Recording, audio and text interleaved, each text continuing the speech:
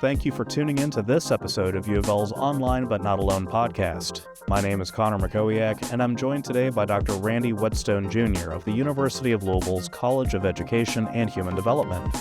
Dr. Whetstone is a clinical assistant professor and the former program director for U of L's 100% online Bachelor of Science in Organizational Leadership and Learning. The topic of today's discussion centers around the current state of higher education, and more importantly, the role that it plays in the lives of adult learners. According to a recent Wall Street Journal article by Claire Ansberry, an increasing number of workers in their 40s are going back to school. One article quotes that more than 1 million people in their 40s are enrolled in undergraduate or graduate programs, according to the National Center for Education Statistics. Many are looking to make more money in the white-collar world and have greater job security, even at a time when many younger people are questioning the value of a college degree.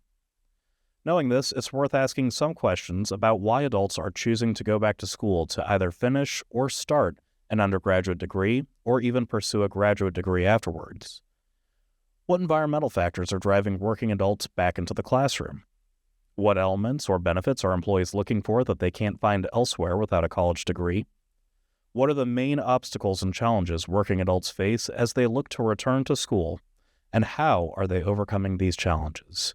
To explore these questions and more, I'd like to hand things over to today's guest, Dr. Whetstone Jr. Thank you so much for joining us today. Thank you. Thank you for having me. I appreciate it. We appreciate you making the time. Please introduce yourself, share a little bit about your experience, and a little about the online BSOLL program.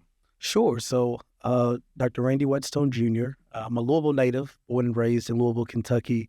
I didn't have the traditional family format in the household. As I've always said, my parents divorced at the age of about 5 or 6. That we moved in with my grandmother in West Louisville. So I grew up in one of the kind of poorest areas in the city, and one of the poor zip codes actually in the Commonwealth of Kentucky as well.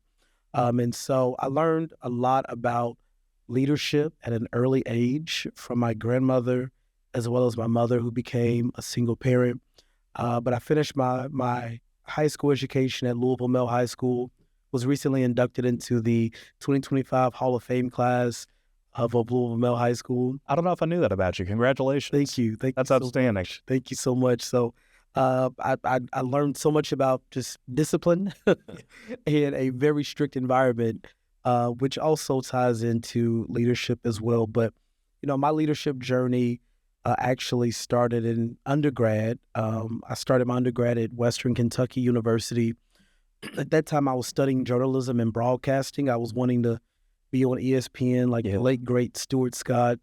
And so I completed about 2.5 years there, and then I returned home to Louisville, where I finished my undergrad at U of L.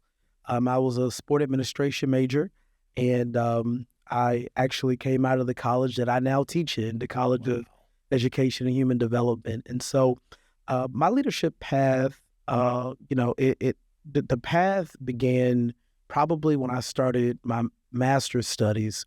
I was doing a lot of freelance journalism work at that time, covering predominantly high school and college sports in Louisville. But my world opened up, and I wanted to see more and learn more than just sports. And so I started to think about the importance of leadership across different fields and disciplines and industries. And I actually started my graduate education at the Southern Baptist Theological Seminary, where at that time, Connor, I was focusing on Christian education. I grew up in the church, and as much as I loved and admired the Black church experience, I realized that there was an issue of biblical illiteracy that I wanted to address and tackle. And so that spoke to a lot as to why I went to seminary school. But it gave me the chance to start teaching in higher education. I've taught a little over 10 years. And at the beginning of my teaching experience, I was teaching adult learners, working adults. And so when I finished up my doctorate at Spalding, I was then given the opportunity to become faculty at U of L, as you said, teaching in the OLL program, which is an incredible program designed primarily for working adults, adult learners. And so many of our students come from various walks of life. They enroll in our program for various reasons. And our average student age is about 38, 39 years of age, which is pretty consistent with what we learned from that article in the Wall Street Journal. And so we have the privilege, me and my team of faculty, we have the privilege of teaching students from 18 to literally some 75 years and older. They represent multiple fields and disciplines like education, healthcare, military, the government, the business sector, and the list goes on. And they're able to really grow in their leadership, personally, professionally, and then thinking about how they impact the organization for the better as well. And so it's a great program that really sets the stage and the foundation of, I would say, considering all things leadership. And it's out of this degree, the OLL degree, that we see many of our students go on who become alumni, who lead organizations. They may start grassroots organizations themselves and really grow in their leadership mantle, which is their aspirations when they come to us as a student. And so it's been an honor to teach in the program for 6.5 years now. God, time flies. Yeah, no So kidding. you've got COVID and all of that during that time frame. And so, yeah, it's been good. You've already hit so many different things I want to jump into. First and foremost, again, congratulations on the induction. That's outstanding. Thank you. You mentioned learning about leadership from a young age, and I was considering that perspective and understanding conceptually leadership at a young age, but also how that might tie in with some of your theological background. And I was curious if you found that as you were beginning that educational journey, do you think one might have influenced the other? Do you think that your time in seminary might have influenced your approach to educating adult learners or working with adult learners? And how does that tie in with how you've approached teaching the OLL program, which, as you said, is for adult learners? And as someone who just finished a program as an adult learner, Yeah. that was very much something in the back of my mind. It's very different from when you're in school growing up to coming back after some time away and facing some of those, am I made for this? Can I handle this? It is kind of a, not necessarily theological question, but there are theological elements of it in the existential, how do I approach this? How do I get through this? What are some of those greater elements like leadership that you mentioned that others might reach for and strive for? Absolutely. So I would say in my family dynamic growing up, my grandmother, she was a very strong woman of faith, and she instilled a lot of those principles into me and my little sister while we were children. And so I think definitely growing up, once I went on to graduate school, those things just began to just connect and click all the more, right? Or if we had to use, I guess, some agricultural terms, the seeds were planted at a young age, and they just continued to be watered, and they grew and they blossomed as I became an adult. And so it helped me to understand my leadership style, which is being a servant leader. And so part of my teaching philosophy and teaching approach is I'm serving someone else. I'm serving a student to help them grow, to cultivate their gifts, their abilities, giving them the knowledge, skills, and abilities to go and carry out really their great purpose in life. And so a lot of that ties into what I believe personally. And it leads to the joy that I have out of teaching. But I think when you look at the student's perspective as well, there's so many things like perseverance, persistence, courage, determination, having drive, all things that tie into various set of beliefs that someone may hold, and whatever values that they might hold. All these things hold true amongst a variety of set beliefs, let me say that. And so being able to help a student grow in their perseverance, persistence, not giving up, understanding the bigger picture of getting this degree, how the degree is to be used, and how they can carry that work out to make our world great and better and more effective and more efficient in the systems that we've established. All that ties into my value set for sure. And so, you see it in every class that you teach. You see it with individual student stories where they were maybe a bit apprehensive to go back to school later in life. But then you see that courage kick in where they overcome that obstacle. They overcome some of that uncertainty, and they get through the journey, and it's fun to be a part of that ride with them. I couldn't agree more. We were just talking before we started recording about Melissa Hill, friend of the program, someone familiar to those who've been paying attention to U of L Online's content recently. Melissa, if you're watching this, congratulations again on graduating. Melissa, for those who don't know her, is a graduate of the BSOLL program. She came back to U of L after, I think she said, close to 20 years away. I think she mentioned that she came back, I think in her 40s to complete her undergraduate degree, and then felt the courage and motivation to then pursue the online MBA, where she was a classmate of mine, a cohort and team member of mine.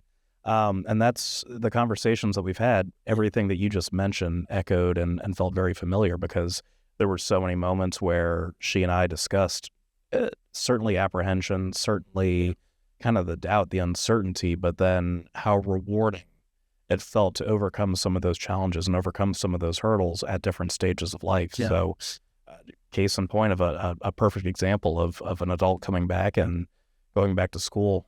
I'd love to jump into this article just a little bit. Some of those questions I mentioned at the very start. What are some conversations that you're hearing, or whether that's in the industry, whether that's with other faculty or other people, about why adults are choosing to go back to school, even with the big the big concerns over AI, over job security in the future? What are some things that you're hearing? Yeah, the workforce is just changing, and you have to stay relevant, marketable, and be able to adjust with our times. And so there's a lot of different reasons why individuals choose to go back to school. Some, maybe they've reached a ceiling in their current role. They need the degree to advance, to go to the next level. For others, it could be a complete career change and shift, that they've worked in a certain industry for a decade or two, and now they want to try something new. For others, they need a higher income, and to get that income, they need to have that educational credential to take them to the next level. So there's a variety of reasons, but it's important for a student who is considering to go back to school, let's just say later in life, because there's really no lateness or too late of a time to go back to school. That's my personal belief. You can go and educate yourself as long as you would like throughout life. But when you do decide to go back, you want to be clear on your why. Why am I going back? And especially if you're considering maybe graduate studies, you want to be very clear on what you want to study and how you're going to be trained. That's what higher education is. It's a training ground, and it's training you and preparing you for work that you will be doing in the field. And there's a question I've always raised since I've been teaching, Connor, is tell me one job that does not impact someone else. And to this day, I don't know what job there is that doesn't impact another human being on our planet, which means our why as to what we do is bigger than just really ourselves. It's bigger than our salaries. It's bigger than our benefits. It's tapping into the best version of yourself to understand that my job impacts that person over there. And me doing my job to the best of my abilities will make their life better in some capacity. Right. That's the bigger picture of the why.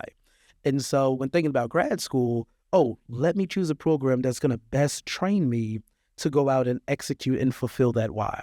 It's no different than undergrad.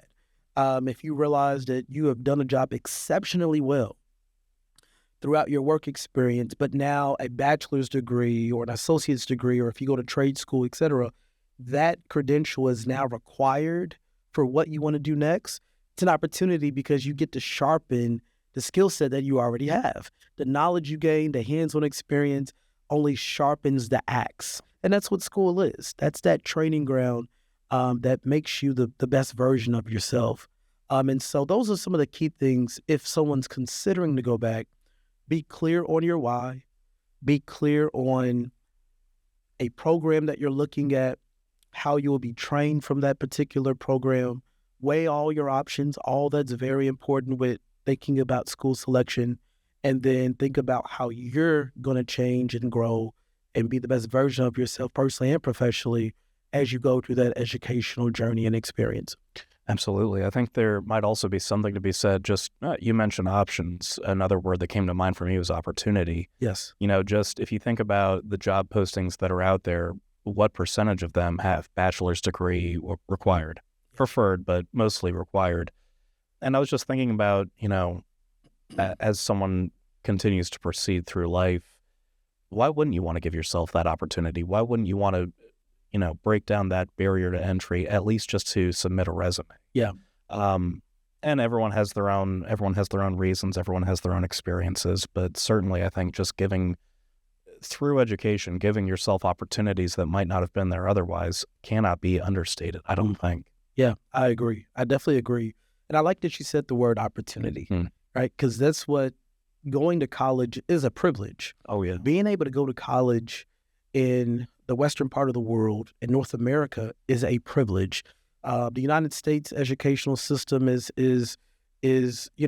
extremely advantaged when you think about just other countries around the world. And so getting the chance to advance your education in this country is really incredible. When I went to I remember when I was starting my doctoral program, I applied to 3 programs. I got into one, 33%, but it only took just that one program to give me an opportunity.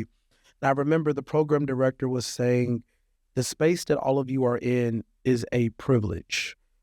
Everyone doesn't get into these programs and everyone doesn't finish. And so don't take this lightly. Don't take this for granted. And so in one sense, Connor, when I said that I haven't found a job where there's a job that doesn't impact someone else, what I've learned about education, though, in higher ed is that tends to be one of the fields or areas where someone will pay the full expense but not get the full experience or value out of what you have paid for, right? If we go to McDonald's and we get a Big Mac and your Big Mac is cold, we should probably go in because we spent X amount of dollars on that Big Mac and we haven't gotten the full value of what that is. Why is it when it comes to higher education that students are willing to pay thousands of dollars, tens of thousands of dollars, whether it's their own money, whether it's a loan, whether it's a grant, scholarships, there's money being put forth, invested in you for you to get your education. And so being a professor, one of my pet peeves now is when I see students make that leap or make that investment or whatever it may be, but they don't maximize the value of the education. And that's important as well, because you don't want to waste an opportunity and you don't want to waste money. And so you want to take, very serious the opportunity that you have for yourself. I mean, there's so much you just said there that I think is so important and so powerful. It's not the least of which being, getting the value out of the investment that you're making. I think it is easy, at least to some extent, for people to kind of mail it in, right? Just do the bare minimum, do what the assignment asks, move along and move on to what's next. Yeah. But I've also seen time and again that you do get out of something whatever you put into it. If you choose to engage with your professors, you choose to engage with your classmates, you choose to engage with other university stakeholders, suddenly it's not just somewhere you went to school, it's somewhere where you spend a portion of your life. There's a book called The Prophet. I forget the name of the author, but it's an older book, and I believe it's the story of a young man who, the first chapter, he's in a city that's not where he's from, and he sees his ship approaching the harbor to take him home after 10 years away from home, and he's reflecting on what man can feel this as he begins to transition into a new stage of life and not look back at somewhere where he struggled, where he strived, where he shed blood, sweat, and tears over an experience and not feel nostalgia, not feel like, yeah, I got out of it what I put into it. I might be getting some of that wrong, but I think that's the general opening of the book. I'll also note too, you mentioned a Big Mac at McDonald's. I've not eaten yet today. I could smell that McDonald's as you said it. I was like, ooh.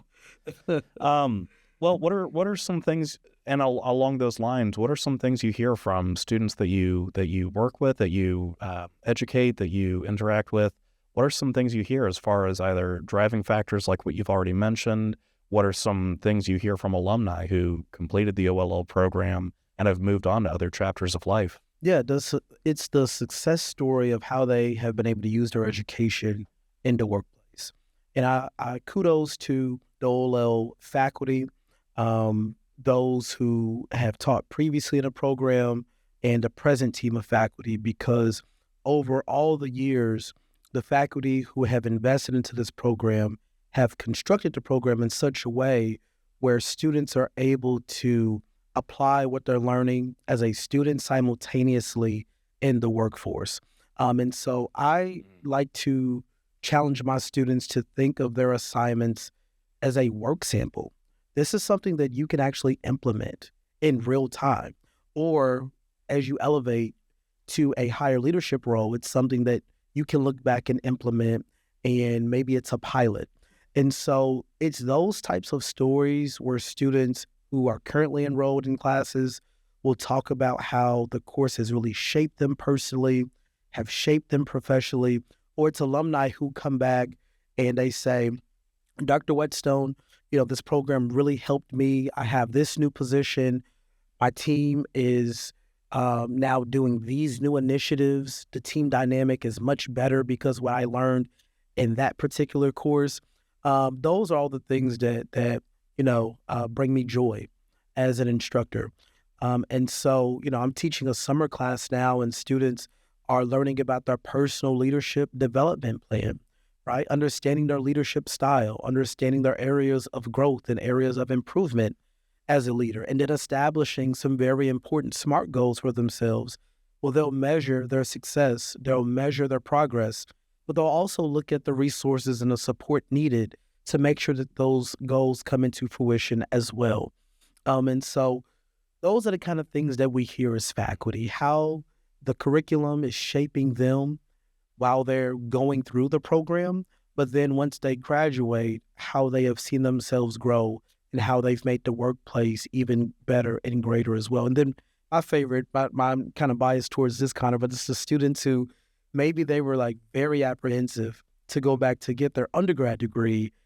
They're now graduating 2.5 years later, and now they need a letter of recommendation to go get their master's, and they're considering a doctoral degree at some point. So that entire experience, you just see the transformation in the student. And again, it's a joy just to be a part of that. That's evident just by, I can see how excited you get talking about it, which I think is so cool. Especially when I think about the OLL program, leadership and learning, right?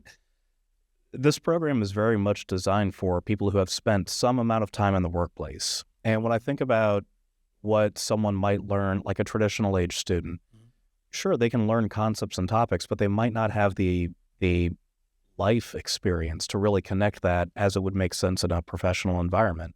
Whereas we consider the OLL program, these are people who have 5, 10, sometimes 15, 20 years of professional experience. And suddenly you can connect concepts like SMART goals, leadership directly to, a classic assignment might be something like, when was a time you had to communicate either bad news or you were met with something that didn't go quite right in the workplace, and how do you overcome that, or how did you overcome that? Ask an 18 to a 20-year-old, well, not much. Maybe I had a group member who didn't do the assignment the right way. You ask someone who's been in the workforce for 15 years, they have nothing but experiences that they can directly connect to their education. Absolutely. So. Yeah. For traditionally aged students, and, in the term traditional versus non-traditional, it's right. We're seeing more students become non-traditional because things like, if you have a family or if you're working, or all the things that may classify you as non-traditional. But we're seeing more traditional students, some work at a younger age. That's what we've seen even in OLL. We call them, some of them have been described as like our unique kind of like UPS students, meaning they worked at UPS maybe as a teenager, early adult, but they've gained supervisory experience by the time they're 21. Then they come to us in OLL because they're now needing the degree or wanting the degree, but they have X amount of years of experience that they have already gained. But you're right. Most of our students come in with, that vast amount of working experience, and a lot of the curriculum is designed to address real workplace challenges or issues or scenarios where having some of that practical experience is needed to be able to get through the assignments and some of the major final assignments as well. Yeah, I think the OLL program in particular is one of a few at U of L that offers credit for prior learning. And please correct me, shame on me for not directly remembering this number, but I think it's up to 48 credit hours. Yes. Which, if you're a working adult, that can save you all kinds of time and money trying to get your education completed. Mm-hmm. Now that I ask that, or now that I think about that, what are some of you think about credit for prior learning, and you shared some of the backgrounds that students come in with. What are some of the jobs that you might see as a repeating theme or motif among some of your learners? Yeah, this list isn't exhaustive, but a lot of our students will come in having had different director roles, different roles maybe in HR. Once they graduate from OLL, they may go on to a senior leadership position, maybe a higher executive type role. And so many of our students, are able to utilize the degree in a variety of ways, but definitely directors, senior leadership roles, different HR positions, different C-suite roles, even as well, are things that I'm all about. One thing that I noticed from the article, the Wall Street Journal article, is that there was a gentleman who had years of experience and was wanting to gain a leadership role in a nonprofit space, but he needed a degree to do that. I think his name was Kevin.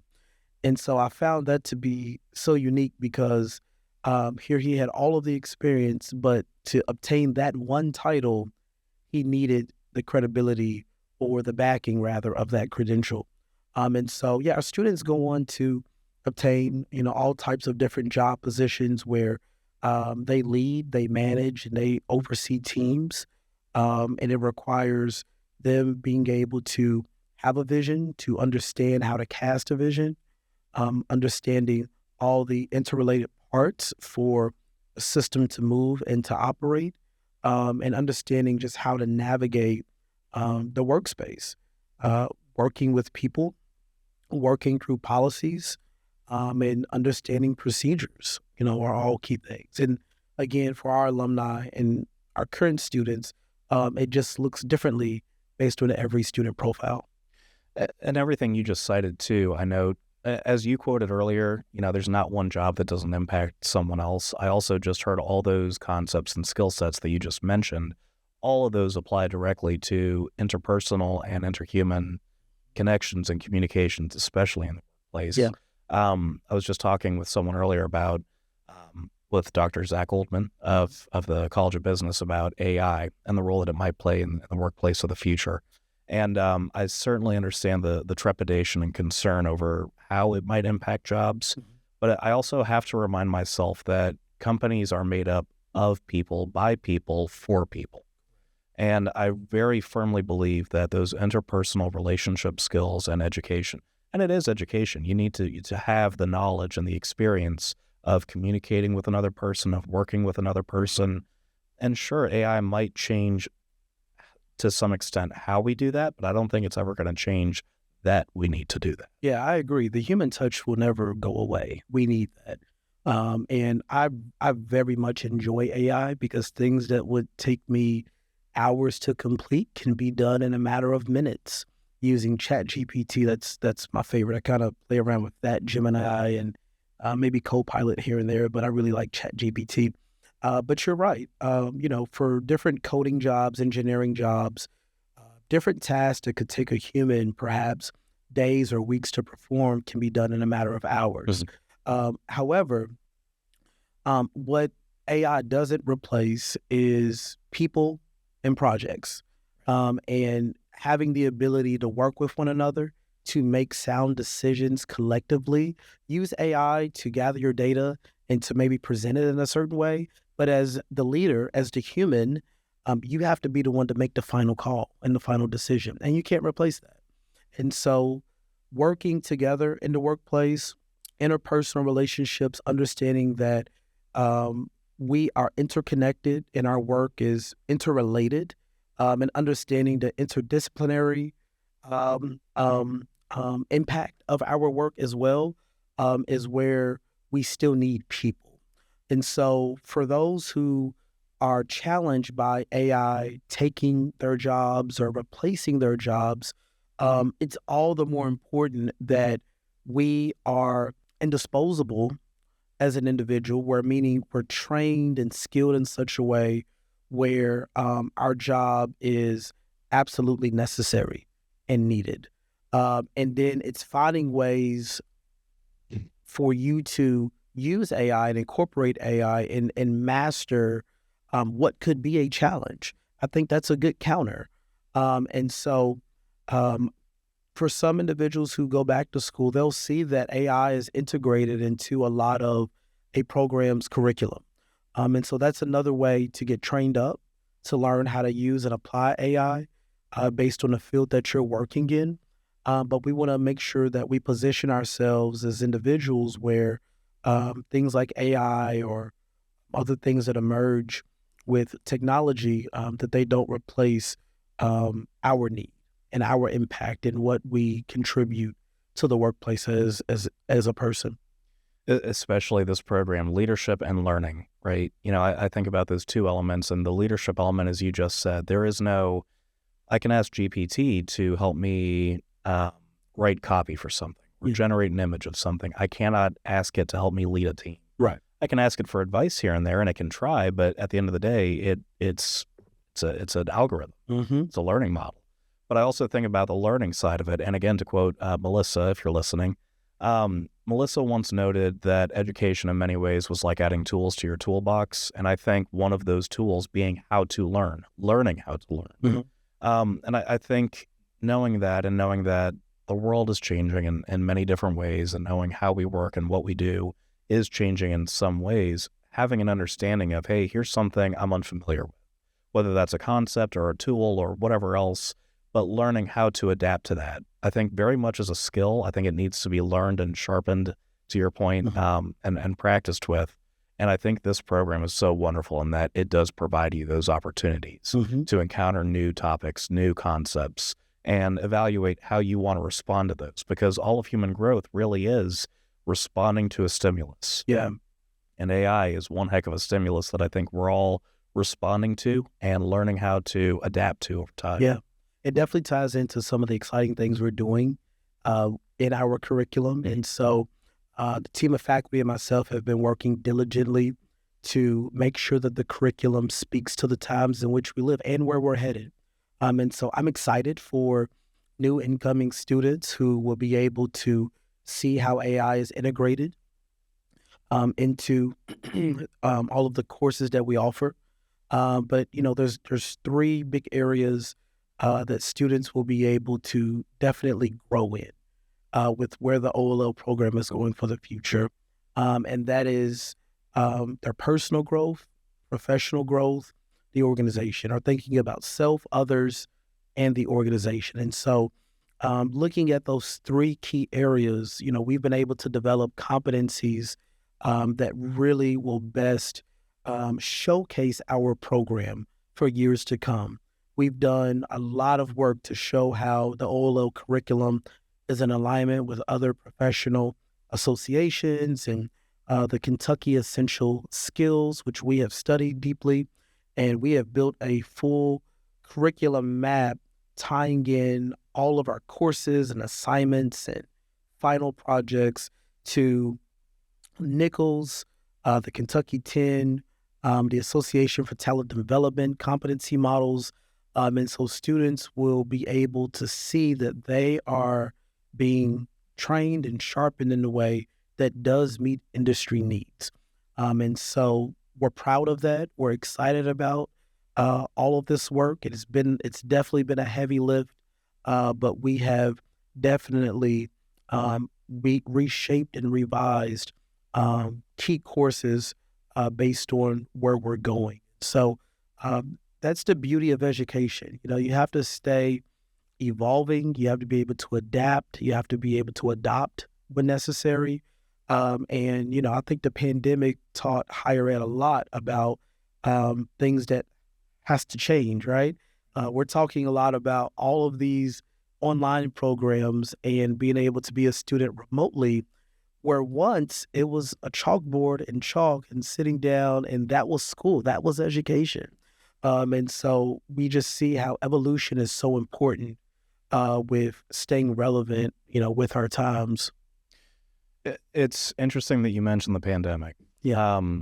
Mostly just because I've conducted both between, working here at U of L and other projects I do outside of work.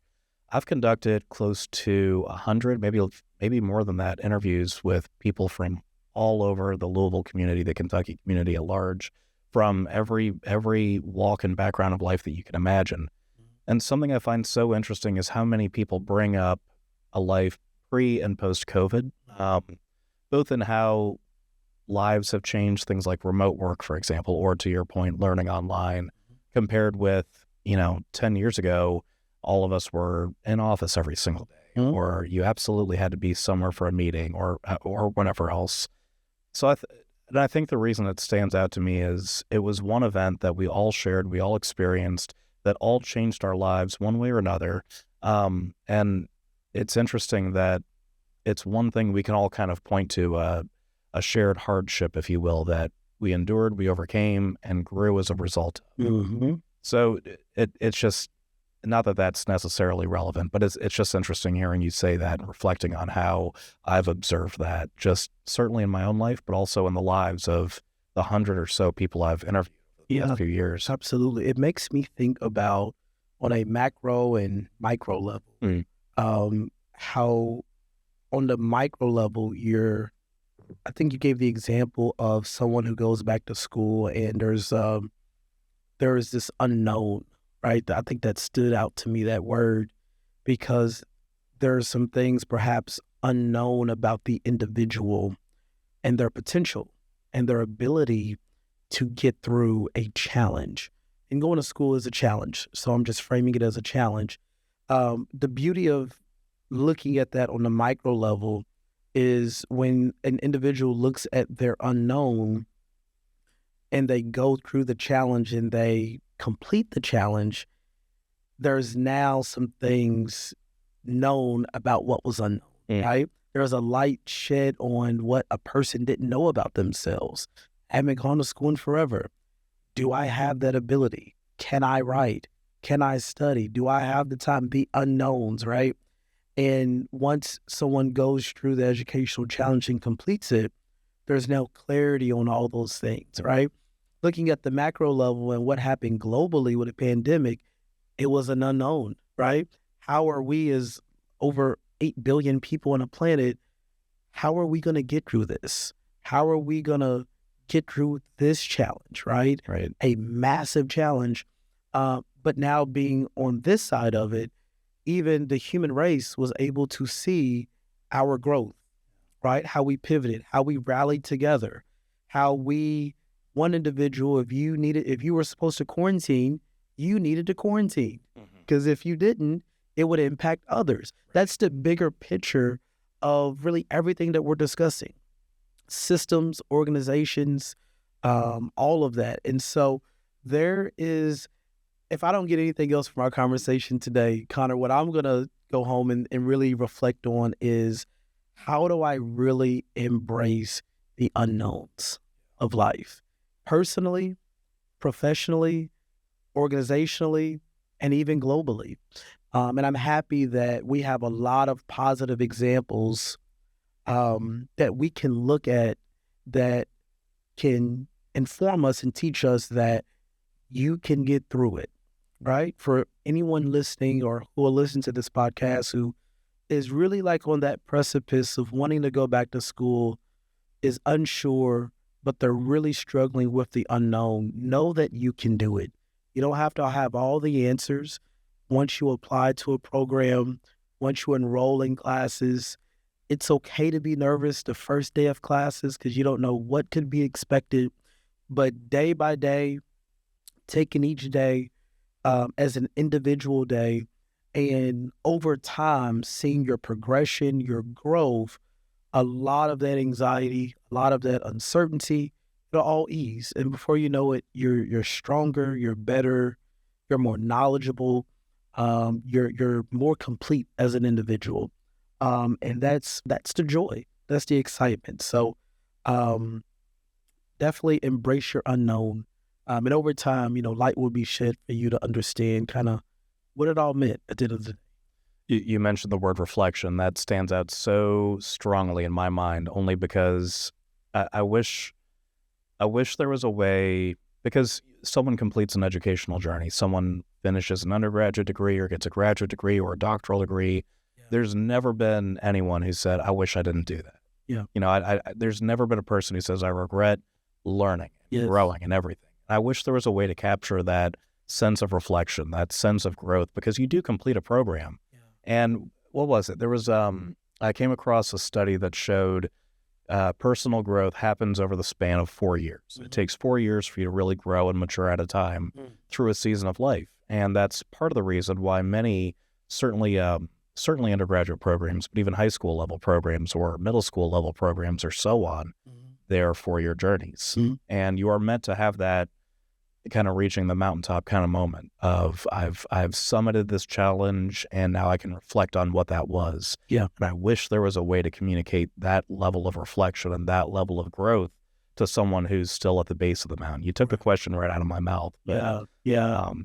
Something we've done in OLL, we've taken like our bookends, one of our entry-level courses and the final course that students will take. And for those who are kind of at that mountaintop and those who are at that beginning stage, we have ran a piloted program this spring, and we'll do it again in the fall, where some of our graduating seniors are serving as mentors to our incoming OLL students who are their mentees.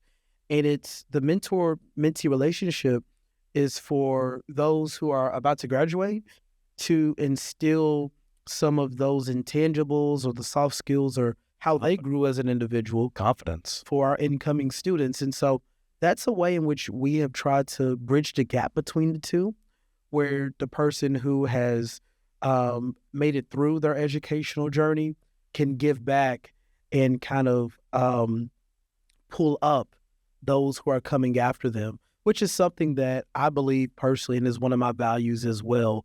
When we do reach a new goal and a milestone or a great educational achievement, again, the bigger picture is it all comes together to serve and benefit someone else.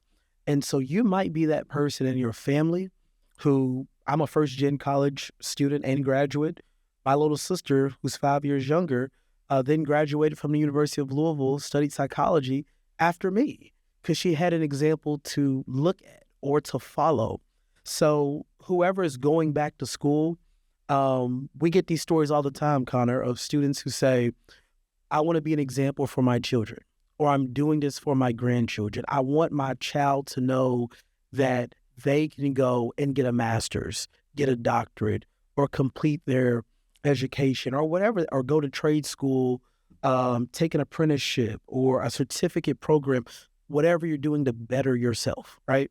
Know that somewhere in your great educational accomplishment, I think it's incumbent upon us to reach back and pull others up along the way.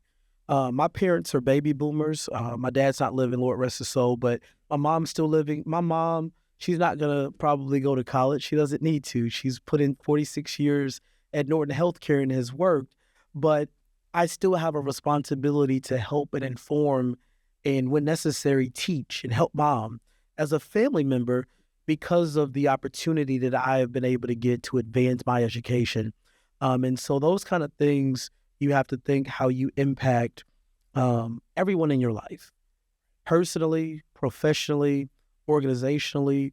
All of that plays a key part because what we pass on to people coming after us is going to set the tone and the stage for how well all of our systems continue to operate at a high level once we have moved on or when we're no longer here. So knowing how we all come together as one on a team is critical for our success and our prosperity just as a people. I think that's the absolute philosophy, or even the ethos, really, of the OLL program. Just the term you mentioned at the beginning of the conversation being servant leadership. Yeah. And hearing, on top of everything that you just shared, even just this idea of a baked-in mentorship opportunity, even in an academic setting, I think it's just such an incredible thing. And what an opportunity to, just because, again, there are those doubts, the unknowns, right? There are those doubts going into a journey like this, but knowing, hey, from day one, I'm not going to be on my own. I'm going to have a guide. I think that's invaluable. Absolutely. For someone in that position.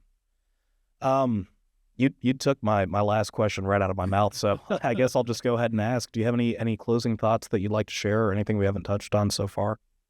You mentioned something about someone bettering their situation, advancing in their career after they've gone back to school.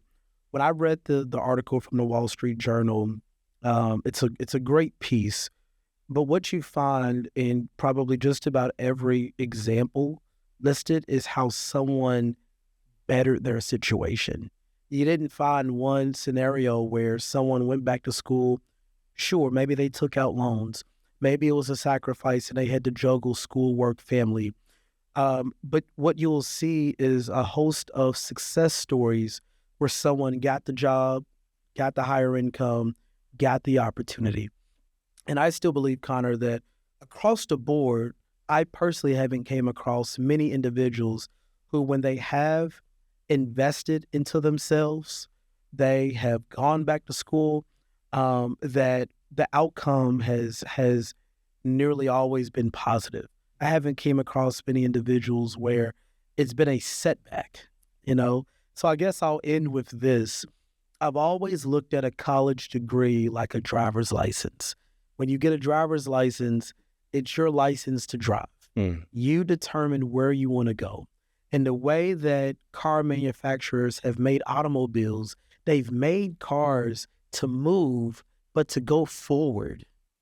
The cars are not primarily made to go backwards. You can go backwards, but you're in the gear of drive than you are the gear of reverse more times than not, unless you're just some crazy reckless driver. You shouldn't be on the street, right? Someone has a hobby. Yes, that is correct. So when you think about the degree like a license, remember that it puts you in a position to always be in drive. And when you're moving, you're not going in reverse when you get that bachelor's, that master's, that terminal degree. You're going forward. Right? And so life sometimes will life. Sometimes life will throw setbacks, even with all the education that you can gain. But what people can't take away from you is your license.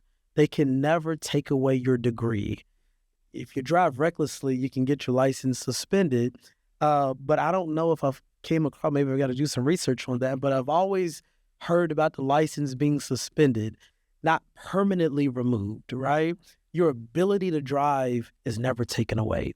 Your ability to implement the knowledge you gain from your college education can never be taken away from you. So those will be my closing remarks. For that person, for those individuals listening, going back to school, know that it positions you to move forward in life, to better your situation, and that even if life throws some rocks at you at times, it doesn't permanently put you in reverse. You still have something that you can fall back on and use and continue to move forward. I think that's one of the best metaphors I've heard, and I think that's a perfect place to wrap things up. Thank you all again so much for your time, and thank you to the listeners for joining us for this discussion.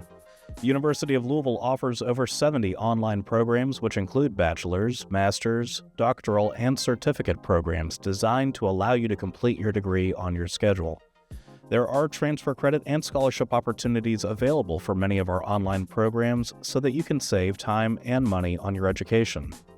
If you'd like to learn more about the online Bachelor of Science in Organizational Leadership and Learning, you can click the links in the description of this episode, or you can learn more at uofl.me/obnapod. Again, that's uofl.me/obnapod. Thank you again for tuning in to the Online But Not Alone podcast. When completing one of U of L's online programs, you may be online, but you'll never be alone. Thank you again to Dr. Whetstone Jr. for joining us, and I hope you all have a great day. See you all in the next one. Thank you. Go Cards. Go Cards.